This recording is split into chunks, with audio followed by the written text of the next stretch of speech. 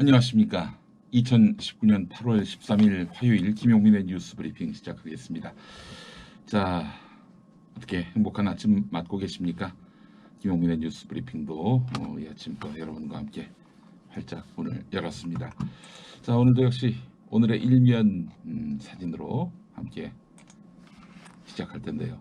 자, 지금 여기가 홍콩입니다. 홍콩의 공항 표정인데 많은 시위대들이 몰려 있지요. 범죄인 인도 조례, 즉 송환법에 반대하는 홍콩 시민들 몇 달 동안 홍콩 민주화 운동을 벌이고 있는데요. 홍콩 국제공항 터미널에서 연자 시위를 벌였습니다. 앞에 Fight for Freedom Stand with Hong Kong 이렇게 되어 있네요. 홍콩의 자유를 위해서 일어나자, 싸우자, 뭐 이런 뜻 같습니다. 그리고 이 시위대들 지금 검은 마스크를 착용하고 있는데요. 시위대 점거로 공항은 한국 시간으로 어제 낮 5시 반부터 폐쇄 조치에 들어갔다가 오늘 아침 7시부터 운항을 재개한다고 했는데 재개했는지 모르겠습니다. 원래 예정이 없던 시위였는데요. 전날 이 시위에 참여한 한 여성이 경찰이 사용한 진압 장비에 맞아 실명 위기에 처한 것으로 알려지자 분노한 시민들이 공항으로 몰려들었습니다. 항공기 운항이 취소되면서 홍콩으로 여행 간 한국 관광객 100여 명의 발이 묶이기도 했습니다. 네, 참 어수선한 나라 안팎의 사정입니다만은 홍콩 민주화 운동, 홍콩 시민들이 패배하는 쪽으로 결론이 나서는 안 되겠습니다. 예. 민주주의가 위협을 당하는 것은 뭐 비단 홍콩만의 상황은 아니죠. 다른 지역에서 민주화 운동이 벌어질 때 우리가 침묵하지 않고 응원하고 지지하고 그렇잖아요. 5.18 광주 민주화 운동 때 다른 나라가 만약 우리를 지지했다면 광주 시민들 얼마나 힘을 얻었겠어요. 홍콩 민주화 운동 덮어놓고 민주화 운동은 많은 민중들이 뜻을 모아서 자유와 또 민주주의를 외친다면 우리가 조건 없이 지지해야 마땅하지 않겠는가. 저는 그런 의미에서 보자면은 북한에서도 민주화 운동이 일어난다면은 예상하는 또한 지지가 있어야 되지 않겠는가 하는 생각을 해봅니다. 자유와 민주는 때와 장소를 가리지 않습니다. 예. 자유시민들과 함께하는 김용민의 뉴스 브리핑입니다. 자, 오늘의 일면 사진 함께 봤고요. 경향신문 일면 사진이었습니다. 계속해서 오늘의 광고주 만나보도록 하겠습니다. 아울러 우리 애청자분들도 만나볼까요? 네, 그래요. 유원상님, 미국도 유럽도 민주주의의 위기를 두려워합니다. 그렇죠. 미국만 보더라도 잘할 것 같아요. 예. 언주황님, 황언주님 같은데요. 민주화 운동 지지합니다. 홍콩 힘내라라고 말씀하셨고요. 예, 그렇습니다. 뭐 미국이라고 뭐 그 극우 정권이 들어선 다른 나라라고 원래부터 이것은 민주사회였기 때문에 민주주의 체제이기 때문에 문제될 것이 없다. 이렇게 보면 안 됩니다. 우리나라도 김대중 노무현 때 잘 돼가다가 이명박 박근혜 때 역진하지 않았습니까? 민주화 운동은 어떤 달성하는 가치가 아니라 유지하는 가치입니다. 지켜내는 가치예요. 그렇기 때문에 우리가 민주시민으로서 눈을 부릅뜨고 이 권력이 후퇴하는 것은 아닌지 역진하는 것은 아닌지 늘 눈을 부릅뜨고 감시를 해야 될 것입니다. 내일 모레가 광복절이네요. 아주 뜻깊습니다. 자, 광고주 만나보도록 하겠습니다. 뿌리 깊은 샴푸, 네, 탈모 샴푸나 건강약품, 레이저 등 좋다는 거 다 해봤는데 효과 없는 분들, 탈모 의약품을 쓸 수 없는 가임기 여성이나 성장기 청소년, 탈모약을 쓰다가 부작용이나 경제적 이유로 중단하고 다시 나빠진 분, 모발 이식 후 나머지 부분이 다시 나빠진 분, 탈모약으로 관리하고 있지만 더 튼튼히 오래 유지하고 싶으신 분, 탈모약을 줄여서 최소의 양만 유지하고 싶으신 분, 머리가 가늘어지고 푸석해지고 지속적으로 빠지는 분들, 뿌리 깊은 샴푸와 모낭 영양제를 만나보시기 바랍니다. 문의 전화 1566-7871, 1566-7871입니다. 네, 자 그린 스무디로 가볼까요? 네, 그린 스무디. 그린 스무디가 더욱 업그레이드 됐습니다. 유당 분해소를 추가했는데요. 우유에 타서 드시는 분들을 위해서 우유 속 유당까지 편안하게 소화시켜 줍니다. 이렇게 기능은 업그레이드 됐지만은 고객들에게 감사하는 마음으로 판매 가격은 종전과 동일합니다. 다이어트는 맛있고 배불러야 한다. 이런 역발상 때문에 그린 스무디가 대박이 났는데요. 그래서 그린 스무디 때문에 불과 2개월 만에 15kg 뺀 분, 그런 분도 우리가 만나볼 수 있었습니다. 그린 스무디는 고통스러운 다이어트가 아니라 맛있는 다이어트입니다. 그래서 그 다이어트가 가능한 것이죠. 먹으면 포만감도 오래 가고요. 그래서 사실은 어제 저녁에 비타샵 그린 스무디를 시식하고 나서 가끔 출출할 땐 집에 가다 뭘 사 먹기도 하는데 뭐 전혀 그런 생각이 들지 않았습니다. 네, 편안한 잠을 잘 수가 있었습니다. 맛있는 다이어트, 오래가는 다이어트, 배부른 다이어트. 비타샵 그린 스무디를 김용민닷컴에서 만나보시기 바랍니다. 제가 촬영한 걸로 아시는 분들이 있는데 천만의 말씀 그렇지 않습니다. 예, 저거 제가 찍은 거 아니에요. 예, 오해하지 마시고. 자, 이번에는 7,000원 운전자 보험 만나보겠습니다. 네, 내가 낸 비용원비를 보장해주는 실손보험. 내가 낸 비용원비를 보장해주는 실손보험 얼마에 가입하고 계십니까? 40세 남성 기준 월 10,000원대, 10살 자녀라면 월 5,000원대에 가능합니다. 값비싼 임플란트를 보장해주는 치아보험 얼마에 가입하고 계세요? 50세 남성 기준 임플란트 하나당 100만 원 보장에 월 2만 원대고 20년 동안 보험료가 오르지 않는다고 합니다. 월 2만 원대 비갱신한 보험도 7,000원 운전자 보험 카페를 검색하시기 바라겠습니다. 다음에 가시면요 7,000원 운전자 보험 이렇게만 입력하셔도 그 카페가 소개됩니다. 자, 연중 무휴 밤 9시까지 전화 상담도 가능한데요. 보험료 때문에 힘드신 분들 전화하시기 바랍니다. 만족하실 거예요. 02849-9730, 02849-9730 그리고 문자로도 하실 수 있어요. 016-360-0689, 016-360-0689번입니다. 네, 자 광고 오늘 여기까지고요. 오늘의 뉴스 살펴보겠습니다.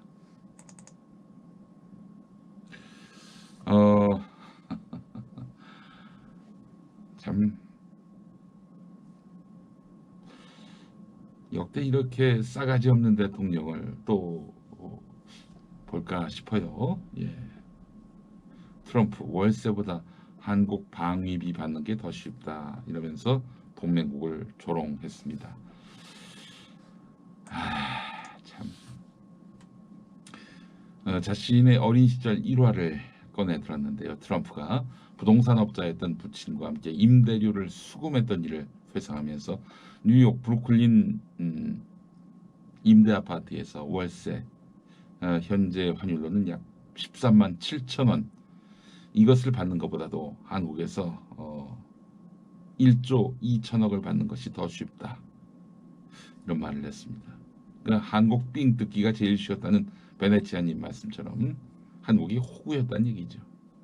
그동안 호구였다는 얘기입니다. 네, 달라는 대로 다 줬어요. 물론 이제 트럼프가 지금 선거 전 중이고 나름대로 허풍을 좀 떠는 그런 측면도 있고 그렇기 때문에 여기에 발끈하는 것 자체가 우리가 우습긴 합니다만은 방위비 분담금 이 문제와 관련해서 트럼프가 아주 솔직하게 자신의 생각을 밝힌 것일 수도 있어요. 그러니까 우리가 그동안 굉장히 호구였다는 얘기인 것이죠. 그러나 일국의 국가 원수가 이렇게 말을 싸가지 없이 할 수 있는가? 특히 동맹국을 상대로 말이죠.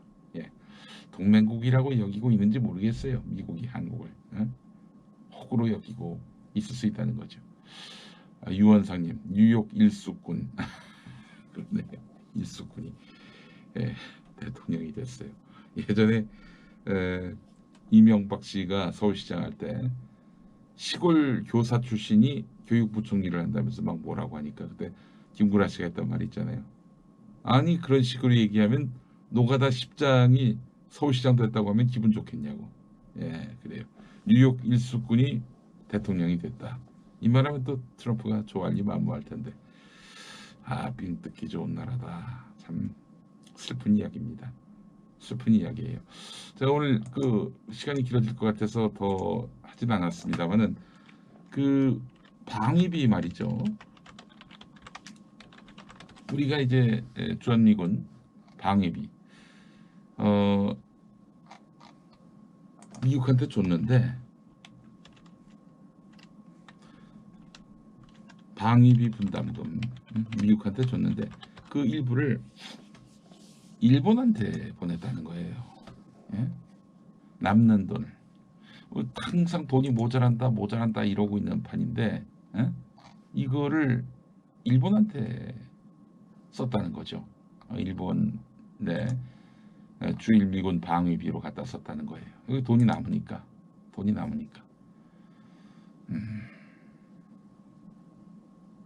돈 남으면은 남았습니다 하면서 돌려줘야지. 그걸 지들이 먹고 그걸 갖고 은행에 예치시키고 쌓아놓은 돈만 1조고 그런데 우리한테 지금 1조 400억 가까운 돈을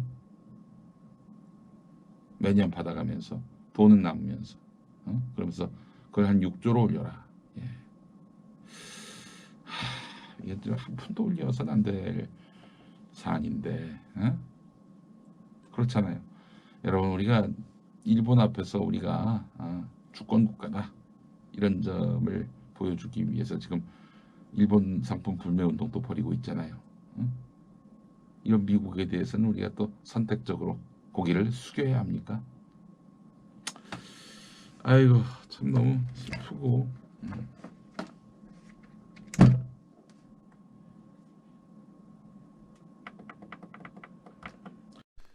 슬프고 그래요. 예.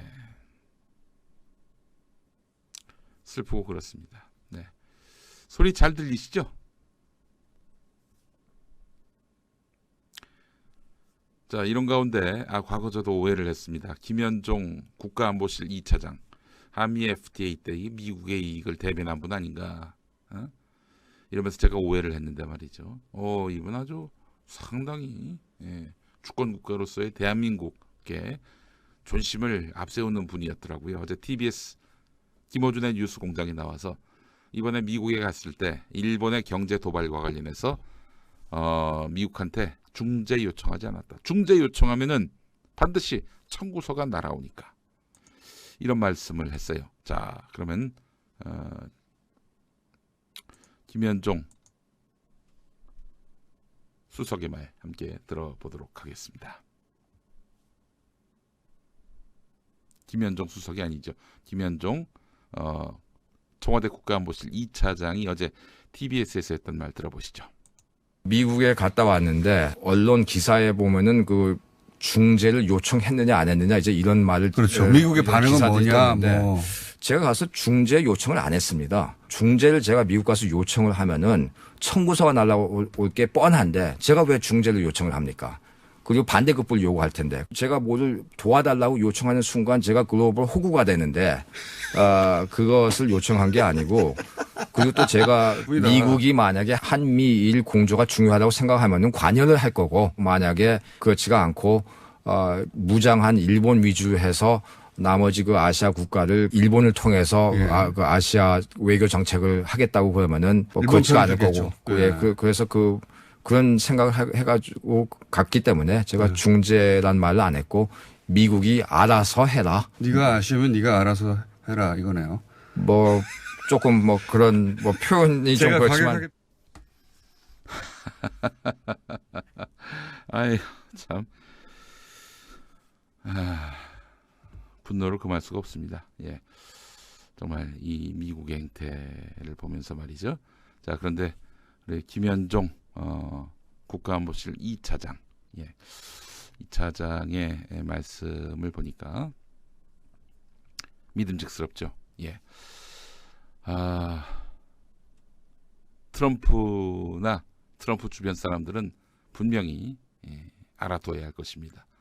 이전에 한국 정부는 어땠는지 몰라도 지금부터는 좀 다를 것이라고. 글로벌 호구가 될 생각이 없는 정부임을 분명히 알아야 할 것이다. 이렇게 분명히 못을 받고 싶네요. 예, 다음 소식 보겠습니다. 미국에 갔다 왔는데 언론 기사에 보면은 그 네, 죄송합니다. 잠시. 중재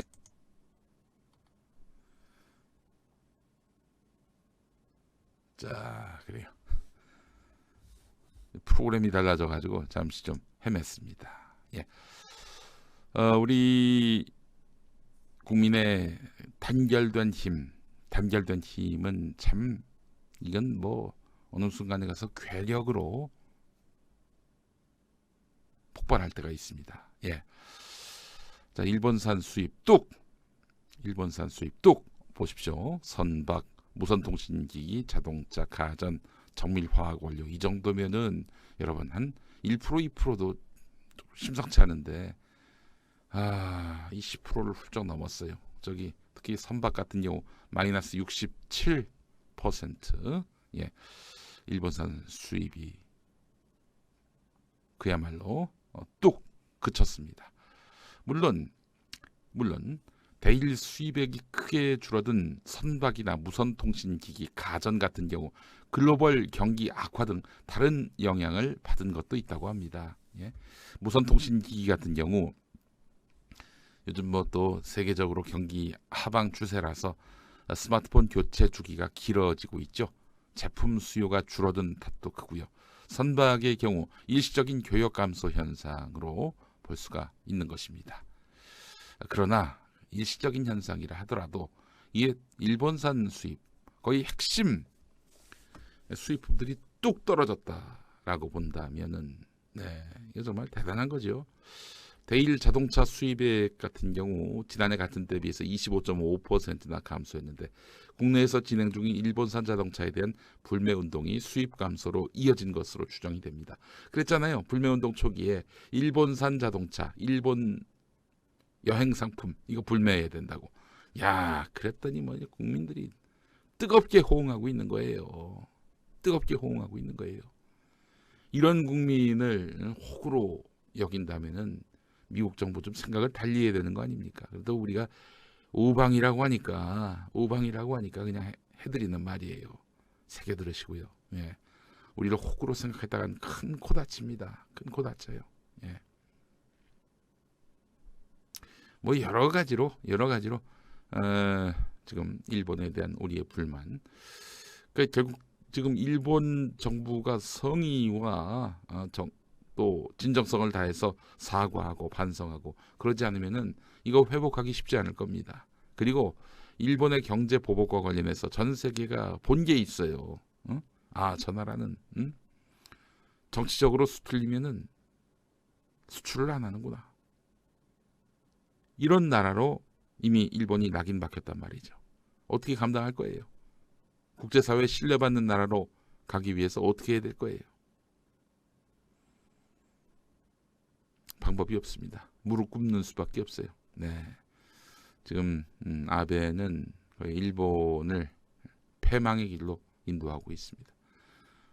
군사적으로 백기 들어서만 패망입니까? 경제적으로도 백기 들면 패망이죠. 예. 그 길로 지금 가고 있어요. 자, 권석천 중앙일보 논설위원, 중앙일보에 몇 안 되는 정신 똑바로 선 논설위원회 오늘 칼럼 한번 읽어보겠습니다. 돈을 벌 수 있다는 말에 속고 전쟁터에 보내겠다는 협박에 넘어가고 황국 신민이 되라는 징용영장에 끌려간 이들이 바로 강제징용 노동자들입니다. 일본에 발을 딛자마자 곧바로 가장 위험한 노동 현장에 투입되었다. 태평양 전쟁 말기엔 이유 없이 집단 구타를 당해서 목숨을 잃는 경우도 적지 않았다. 그랬습니다. 이게 실상입니다. 여러분 군함도란 영화 한번 보세요. 강제로 끌려간 노동자들이 무슨 고초를 겪었는지 그 영화를 보시면 단번에 이해가 됩니다. 탈출자가 속출했어요. 일본인 감독들은 길목마다 군대식 초소를 설치하고 붙잡히면 모진 고문을 가했습니다. 자, 그런데 조선 청년들에게 일본은 일종의 로망과도 같은 곳이었다. 징용보다 자발적 모집이 더 많았다. 대법원 판결은 자발적으로 모집에 응한 사람들까지 보상해 주는 것이다. 마치 이 이야기는 일제 일본에게 강제로 끌려간, 또 본인의 의사와는 상관없이 성노예로 살도록 강요받은 당시 우리 조선의 소녀들과도 많이 겹칩니다. 조선의 소녀들을 향해서 이 친일파들, 토착 왜구들이 무슨 얘기를 했습니까? 이 소녀들이 자발적으로 가서 돈을 벌었다. 여기엔 어떤 강제성도 개입되지 않았다. 이영훈 같은 인간이 그런 얘기했지 않습니까?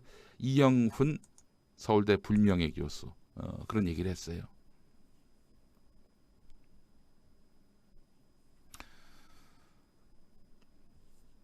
어제 스트레이트에서 강제징용자, 일본에서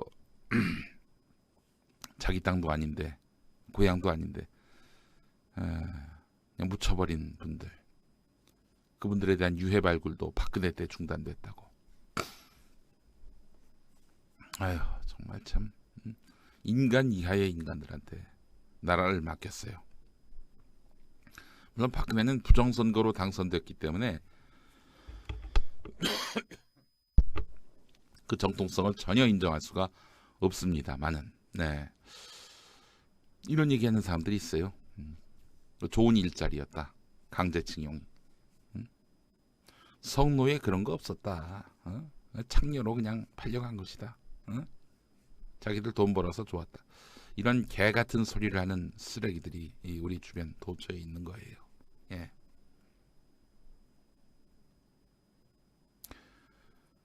강제징용 좋은 일자리였다. 또 성노예도 좋은 일자리였다. 이게 바로 일본의 정신 나간 극우 세력들이 하는 얘기 아닙니까? 그 얘기를 조선의 핏줄을 이어받은 한국 사람이 하고 있어요. 이 새끼들 다 보내버려야 됩니다. 일본 가서 살라고 하지요, 뭐. 사는 사람 없겠다. 저 땅 넓은 후쿠시마 가서 살라고 해야 합니다. 예.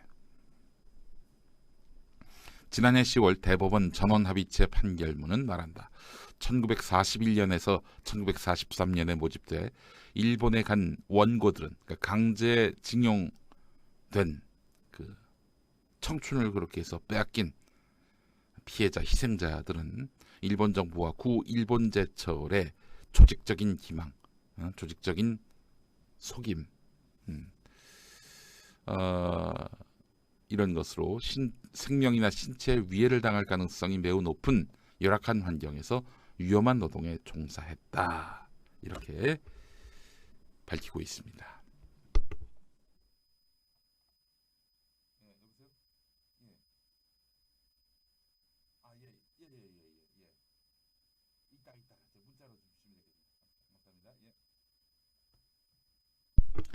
아, 죄송합니다. 예. 예, 정말 죄송합니다. 잠시 급한 전화가 와가지고. 예. 자, 역사 왜곡보다 무서운 역사 부정이 진행되고 있지만 희망을 버리고 싶지 않다. 서로의 역사를 부정하는 게 아니라 함께 기억하는 양심의 연대 위에서 새로운 한일 관계가 다시 시작되리라 믿기 때문이다. 네, 이런 말씀을 해주셨어요. 사실 이런 강제징용 노동자들의 피해 실상 같은 것들을 일본의 지성인, 지식인들이 또 이렇게 다 찾아주시고요. 객관적인 증빙 자료를 또 만들어주신 분들도 우리 일본의 뜻 있는 시민들이에요. 일본인을 다 혐오하고 뭐 특정 동물에 비유하고 안 돼요. 그런 그 비유를 당해 마땅한 그런 인간 쓰레기들도 분명히 있습니다. 그러나 일본의 이런 뜻 있는 시민들, 또 한국의 고난받았던 백성들의 아픔에 대해서 같이 공감하면서 함께 혐한과 싸우고 역사 바로 세우기에 나서는 소중한 우리 일본 시민들이 계세요. 그분들 생각하면은 일본인들을 싸잡는 건 좀 주저해야죠. 뭐 일본에 대해서 불쾌한 감정을 표시하는 거 다 이해가 됩니다.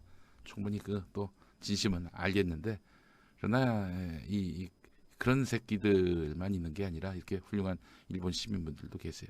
일본에서는 강제징용 피해자들을 이렇게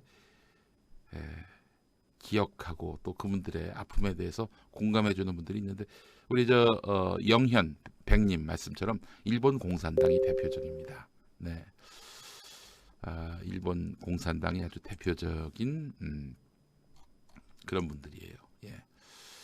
자, 그래서 여러분들이 이런 일본에 대해서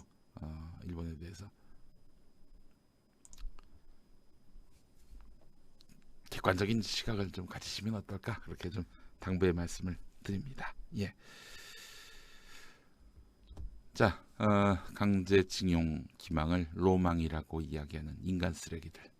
정말 그 중에 또 한국인도 있다고 하니 기가 막힐 노릇인 거죠. 예.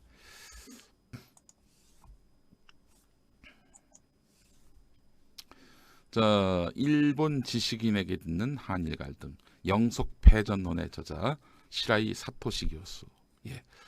아시아 1등국 위협받는 일본 집단적 히스테리를 한국에 분출하고 있는 중이다. 이러면서 일본인들의 지금 말하자면은 혐한론을 퍼뜨리고 있는 또 혐한론에 공감하고 있는 일본 정치인들, 이 정치인들의 맥락을 짚어줬어요.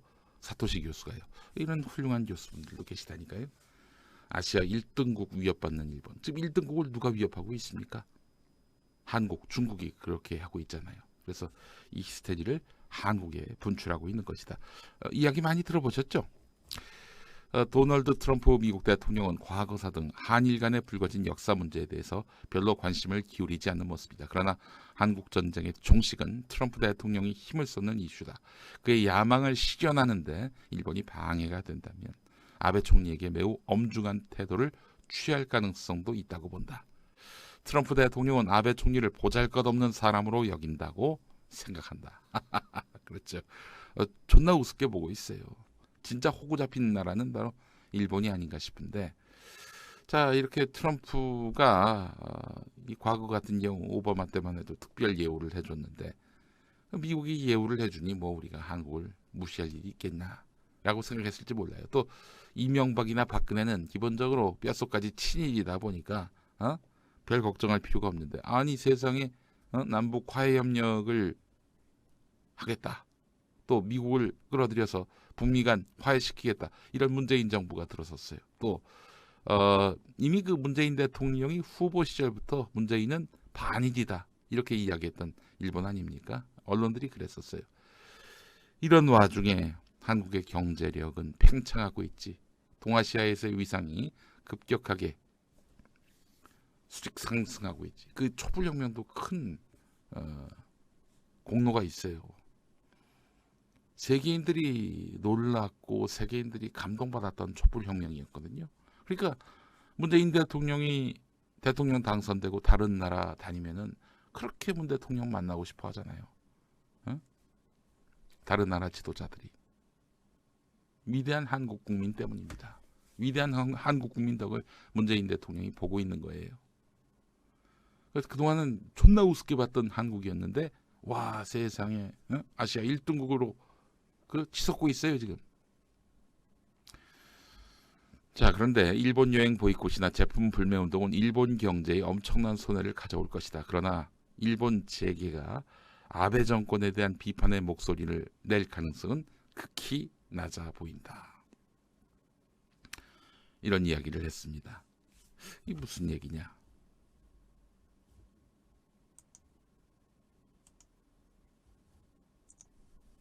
잠깐만요. 예.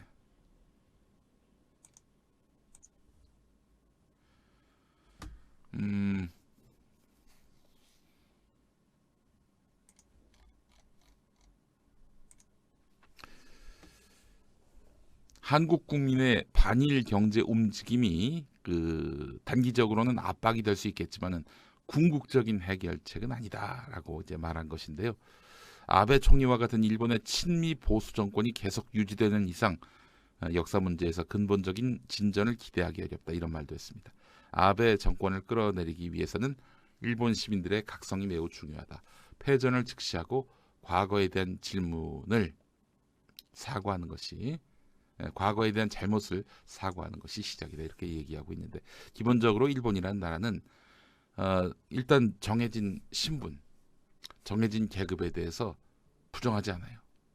우리는 그렇지 않습니까? 가난하게 살더라도 제천에서 욕난다고 계층간 사다리라는 것을 믿으면서 열심히 노력하고 또 더 근면성실하지 않아요?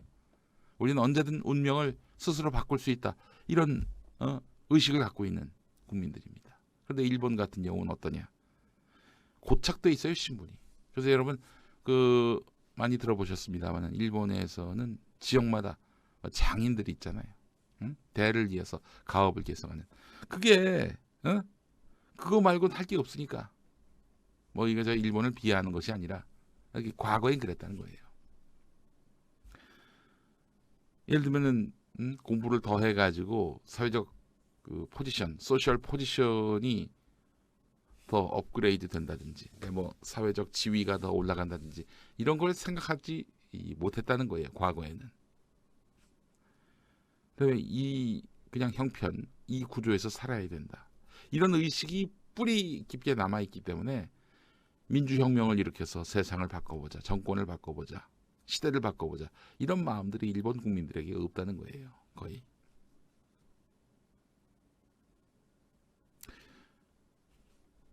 우리 같지 않죠. 예. 그러니 일본에게 미래가 더 있습니까? 한국에게 더 미래가 있습니까? 우리는 차별, 불평등 이걸 참지 못해요. 그래서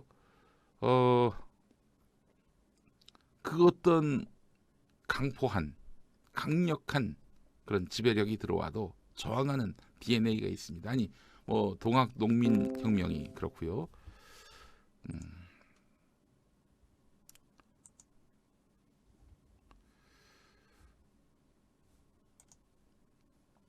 동학 농민혁명이 그렇고요. 네?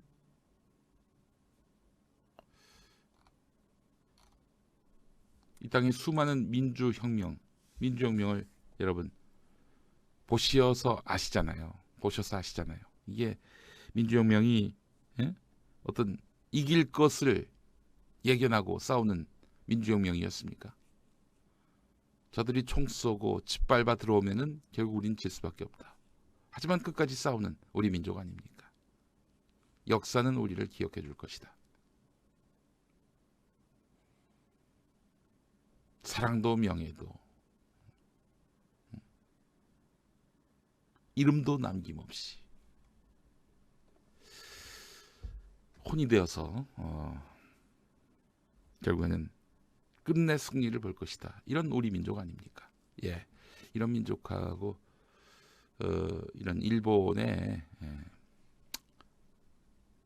오보하지 말자 이 주의하고 어떤 차이가 있습니까? 예, 우리는 혁명을 믿는 민족입니다. 혁명을 믿는 민족이에요. 예. 세상이 바뀔 수 있다. 이거를 경험했고 또 실현했던 민족이고요. 그렇죠. 봉오동 전투도 마찬가지고요. 청산리 전투도 그렇고 그렇습니다. 일본이 지금 집단적 히스테리를 한국에 분출하고 있다. 지금 흥분해가지고 달려드는 사람들이 이길 확률이 더 높습니까? 아니면은 차분하게 이성적으로 그렇지만 아주 악랄하게 맞서는 민족에게 더 승리 가능성이 있습니까? 예.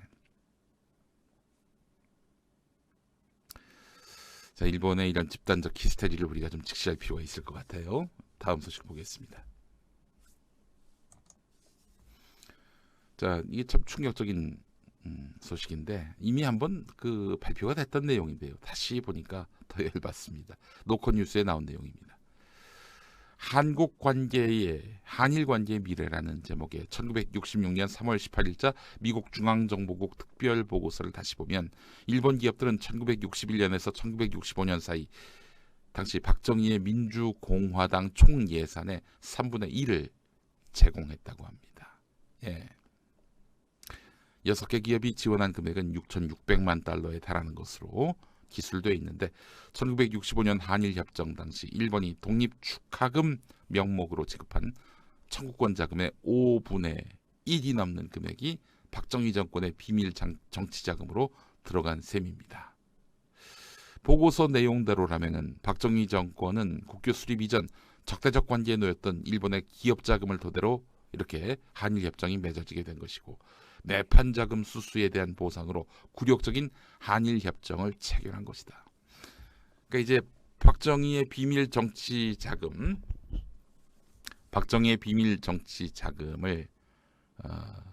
일본이 박정희한테 줬단 말이죠.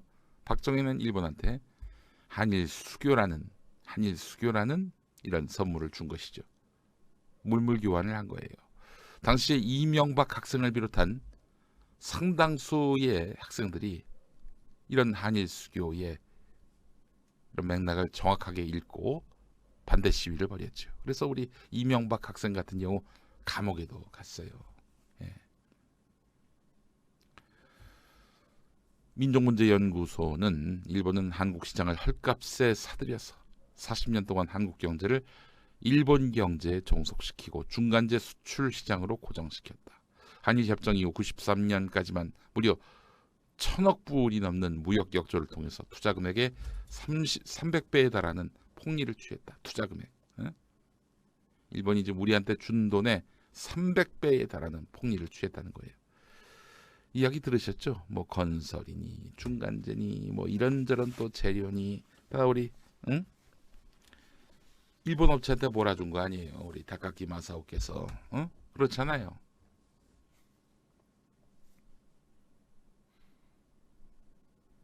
그랬던 시대였습니다. 그렇기 때문에 우리가 중간재 독립, 소재 부품 독립 뒤늦게라도 여기에 착수한 것은 참으로 다행입니다. 좀 진작에 하면 참 좋았을 텐데 진작에 15년 전 김현종 차장이 우려했던 것을 받아들여서 15년 전부터 우리가 차근차근 준비해왔다면 일본이 뭔 지랄을 하든 우리가 극복해낼 수 있었던 거 아니겠어요? 자, 이제라도 늦었지만 지구상에 일본이라는 나라가 없어도 우리가 먹고 사는데 아무 지장이 없게끔 소재 부품 중간재 독립을 지금부터 서둘러야 하겠습니다. 예. 조선업도 탈일본을 한다고요? 예, 알겠습니다. 예.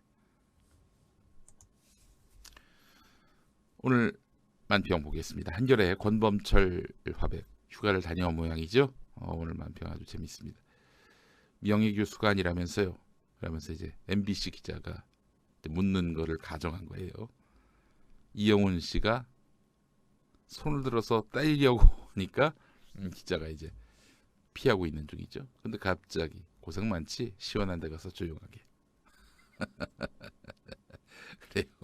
이영훈 지금까지 스스로 명예교수라고 이야기하고 다녔는데 명예교수는 무슨 개뿔이. 그냥 은퇴교수, 전교수 이렇게 보는 것이 맞습니다. 그러니까 연한이 안 돼요. 기본적으로. 몇 년 이상 교수를 해야 되는데 그게 안 되는 거예요. 명예교수 그냥 지가 붙이고 다닌 게 명예교수예요. 혹은 뭐 다른 사람들이 명예교수이겠거니 하면서 명예교수라고 붙여줬는데 거기에 대해서 아닙니다. 이러지 않은 것일 수도 있고 어쨌거나 지도 눈이 있으면 귀가 있으면 자기를 명예교수라고 소개하면 저 명예교수 아닙니다. 이래야 하는데 그게 염치 아닙니까? 많은 분들이 제가 아직도 목사인 줄 아세요. 예, 저 목사 아닙니다. 물론 목사 수련생으로서 지금 수련 과정을 밟고 있긴 합니다만은 목사 되려면요 2년 후 2년은 좀 너무 길고 한 1년 반쯤 지나면은 목사가 고시를 볼 자격이 부여돼요. 목사고시를 통과되고 목사고시를 통과하고 그리고 노회의에서 안수를 해주시면 그 다음부터 목사가 되는 거지. 지금은 전도사입니다. 전도사예요. 예. 근데 저를 목사라고 하면 제가 뭐라고 합니까? 저 목사 아닙니다. 라고 얘기하죠. 이게 염치입니다. 이게 염치예요. 남들이 명예교수라고 하는데 나는 명예교수가 아니야. 그러면 저 명예교수 아니고요. 전교수입니다. 전교수라고 불러주십시오. 혹은 뭐 다른 직함으로 불러주십시오. 이승만 학교 교장으로 불러주십시오. 이래야 되는 거 아닙니까? 자, 하여간 뭐 명예교수라 할지라도 저렇게 기자를 때리고 이런 폭행을 일삼는 자가 무슨 지성을 얘기하고 이성을 얘기합니까? 말이 안 되는 얘기입니다.